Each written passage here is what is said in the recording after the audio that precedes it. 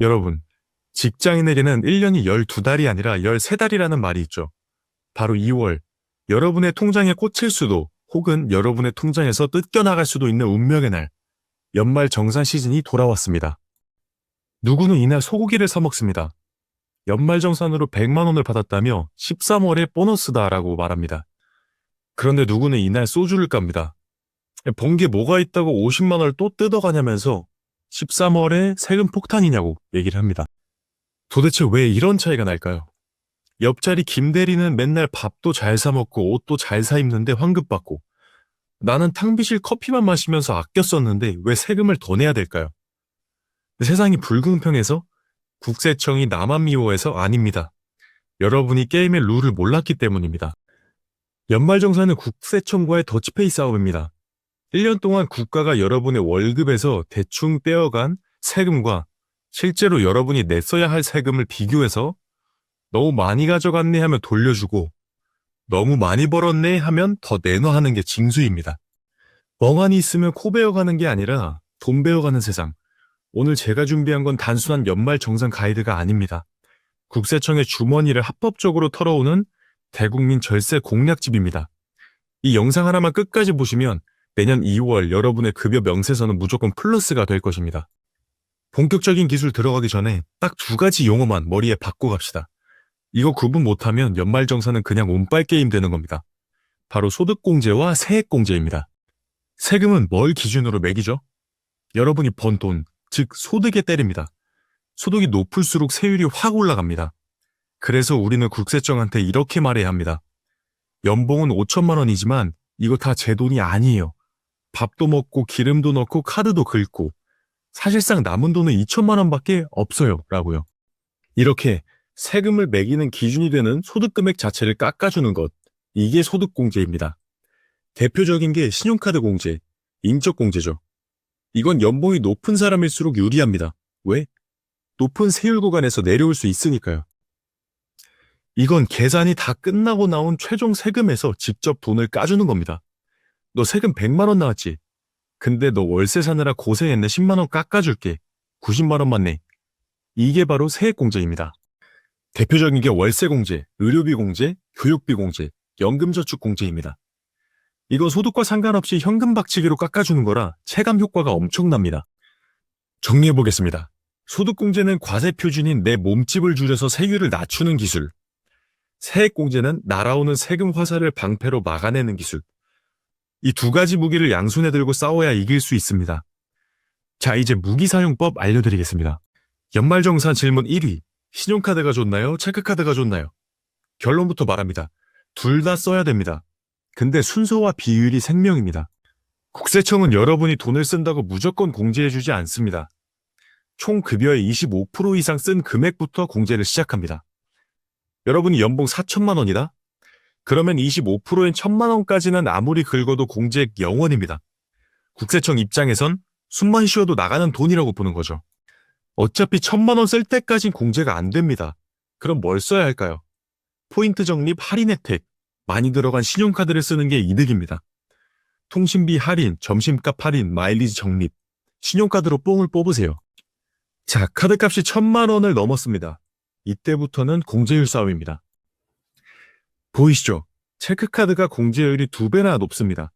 그러니까 25%를 채우는 순간 신용카드는 자르지 말고 서랍에 넣어두고 체크카드나 지역화폐, 현금 영수증을 써야 합니다. 이게 바로 황금 비율입니다. 우리 부부는 누구 카드로 몰아주죠? 이거 많이 물어보시는데 기본 원칙은 소득이 적은 사람 카드로 몰아주는 게 유리할 때가 많습니다. 왜냐? 소득이 적으면 25%의 문턱이 낮잖아요. 공제 구간에 빨리 진입할 수 있죠. 하지만 남편 연봉이 1억이고 아내 연봉이 3천이다? 서로 세율 차이가 클 땐 남편의 높은 세율을 깎아먹기 위해 남편 카드로 공제받는 게 나을 수도 있습니다. 이건 부부 합산소득과 소비 패턴에 따라 케바케니까 국세청 홈택스에서 맞벌이 부부 절세 안내 시뮬레이션을 꼭 돌려보세요. 안 돌려보면 손해입니다. 대한민국 자취생 여러분 주목! 여러분이 내는 월세, 그거 그냥 사라지는 돈 아닙니다. 연말정산에서 가장 강력한 한방, 월세 세액공제가 있습니다. 이게 얼마나 강력하냐면 공제율이 최대 17%입니다. 만약 월세 50만 원씩 1년 냈다?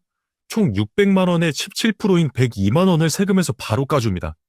거의 2달치 월세를 국가가 돌려주는 셈입니다. 자, 조건 확인하세요. 첫 번째, 무주택 세대주. 두 번째는 총 급여 8천만 원 이하.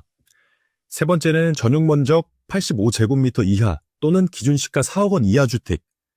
네 번째는 전입신고 필수입니다. 집주인이 세금 나온다고 월세 공제 신청하지 말래요. 특약에도 넣었어요. 이런 분들 많죠. 걱정 마세요. 집주인 동의 필요 없습니다. 그냥 여러분 계좌 이체한 내역이랑 임대차 계약서만 있으면 국세청에 신청 가능합니다. 근데 집주인이랑 싸우기 싫어요. 그렇다면 지금 하지 않으셔도 됩니다. 경정청구라는 제도가 있습니다. 이사 가고 나서 혹은 5년 안에만 신청하면 거슬러 올라가서 환급받을 수 있습니다. 2년 뒤에 이사 갈 때 집주인한테 안녕히 계세요 하고 나서 신청하면 그동안 못 받은 세금 한꺼번에 목돈으로 들어옵니다. 이게 진짜 개꿀이죠. 연말정산의 꽃, 가장 덩어리가 큰 공제, 바로 인적공제입니다. 기본적으로 본인, 배우자, 부모님, 자녀 한 명당 150만 원씩 소득공제해줍니다. 사람 한 명 늘어날 때마다 세금이 뚝뚝 떨어집니다. 누굴 등록할 수 있나? 첫 번째, 만 60세 이상 부모님. 두 번째, 만 20세 이하 자녀. 세 번째, 같이 사는 형제 자매. 여기서 중요한 전략, 부모님 공제 누가 받을 것인가? 이 형제끼리 싸움 납니다. 내가 모시니까 내가 받을게. 아닙니다. 소득이 가장 높은 사람이 받는 게 무조건 이득입니다. 왜? 소득이 높으면 세율이 높죠. 똑같은 150만 원을 공제받아도 고소득자는 세금 절감 효과가 훨씬 큽니다. 가족회의 하세요. 형이 연봉 높으니까 형이 부모님 공제받고 대신 환급받은 돈으로 가족 외식 쏴. 이게 평화의 길입니다. 형도 부모님 올리고 나도 부모님 올리면 국세청 슈퍼컴퓨터가 바로 잡아냅니다. 가산세 맞습니다. 절대 욕심 부리지 마세요. 그리고 부모님이 소일거리로 돈을 버신다. 연간 소득금의 100만 원이 넘으면 공제 못 받습니다. 이거 꼭 확인하셔야 됩니다. 국세청 홈택스 연말정산 간소화 서비스, 이거 정말 편해졌죠. 클릭 몇 번이면 자료가 쫙 뜹니다. 하지만 여기에 안 뜨는 것들이 있습니다.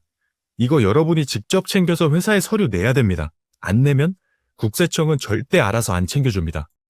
첫 번째, 안경 콘택트 렌즈 구입비, 시력 교정용 안경, 렌즈 산 거, 가족 1인당 연 50만 원까지 의료비 공제됩니다.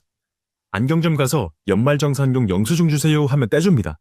라식, 라섹 수술비도 당연히 되고요. 두 번째, 교복 구입비, 자녀 교복비 연 50만 원까지 교육비 공제됩니다. 교복 판매점에서 영수증 챙기세요. 세 번째, 기부금, 종교단체 기부금이나 자선단체 후원금, 간소화 서비스에 뜨는 경우도 있지만 누락이 되는 경우도 많습니다. 해당 단체에 요청해서 기부금 영수증 꼭 받으세요. 세액공제 비율이 꽤 큽니다. 마지막, 미취학 아동 학원비. 아쉽게도 초중고등학생 학원비는 공제가 안 됩니다. 하지만 미취학 아동, 학원비, 체육시설비는 교육비 공제 대상입니다. 유치원비, 미술학원비, 태권도 장비 챙기세요. 의료비는 총급여의 3%를 초과한 금액부터 공제해줍니다. 연봉 5천만 원이면 150만 원 넘게 써야 공제 시작입니다.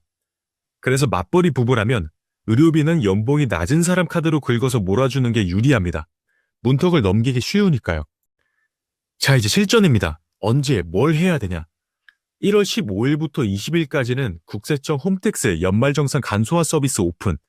여기 들어가서 본인 인증하고 조회 버튼 누른 다음에 PDF 다운로드 받으세요. 1월 20일부터 2월 말 회사 제출 기간입니다. 다운로드한 PDF 파일이랑 아까 말한 히든 공제 영수증, 회사 격리팀이나 연말정산 담당자에게 제출합니다. 요즘은 회사 시스템에 업로드만 하면 되는 것도 많습니다. 2월 급여일, 결과가 발표됩니다. 월급 통장에 평소보다 많은 돈이 들어왔다면 환급, 적게 들어왔다면 징수입니다. 5월은 패자부활전입니다. 깜빡하고 안경 영수증을 안 냈다. 걱정하지 마세요. 5월에 홈택스에서 직접 종합소득세 신고를 하거나 경정 청구를 하면 돌려받을 수 있습니다. 회사에서 서류 내세요 할 때 귀찮다고 대충 내지 마세요. 하루 날 잡고 꼼꼼히 챙기는 그 시간이 시급 100만 원짜리 알바가 될 수도 있습니다. 매년 세법이 조금씩 바뀌죠. 2025년 귀속 연말정산에서 특히 신경 써야 할 트렌드 몇 가지만 짚어드리겠습니다. 저출산이 심각하다 보니 혼인공제나 출산 관련 혜택이 계속 늘어나고 있습니다. 결혼비용에 대한 징역세 공제 한도 확대나 자녀 세액공제 금액이 늘어났는지 꼭 체크하세요. 버스, 지하철 타는 거, 도서 구입, 영어 관람, 이런 착한 소비에 대한 공제율이 높습니다. 자가용 대신 대중교통 이용한 내역 꼼꼼히 챙기세요. 고향사랑 기부제, 이거 완전 꿀입니다. 지자체에 기부하면 10만 원까지는 전액 세액공제, 플러스 3만 원어치 답례품을 줍니다. 내 돈 10만 원 내고 10만 원 돌려받고 3만 원짜리 한우나 쌀을 공짜로 받는 겁니다. 하는 게 좋아 보입니다. 여러분, 연말정산 어렵게 생각하지 마세요. 딱 하나만 기억하면 됩니다. 국가는 챙겨주는 사람에게만 혜택을 준다. 귀찮다고 일괄적 공동이 누르고 끝내지 마시고 내 카드값이 얼마인지, 월세 계약서는 어디 있는지, 부모님 용돈은 얼마나 들였는지, 지난 1년 여러분의 삶을 되돌아보는 시간이 바로 연말정산입니다. 오늘 제가 알려드린 공략집 저장해두셨다가 내년 1월에 꼭 써먹으세요. 그래서 내년 2월에는 여러분 모두가 세금 폭탄이 아니라 두둑한 13월의 보너스를 챙기시길 바랍니다. 오늘 영상이 도움이 되셨다면 구독과 좋아요 부탁드립니다. 오늘도 시청해주셔서 감사합니다.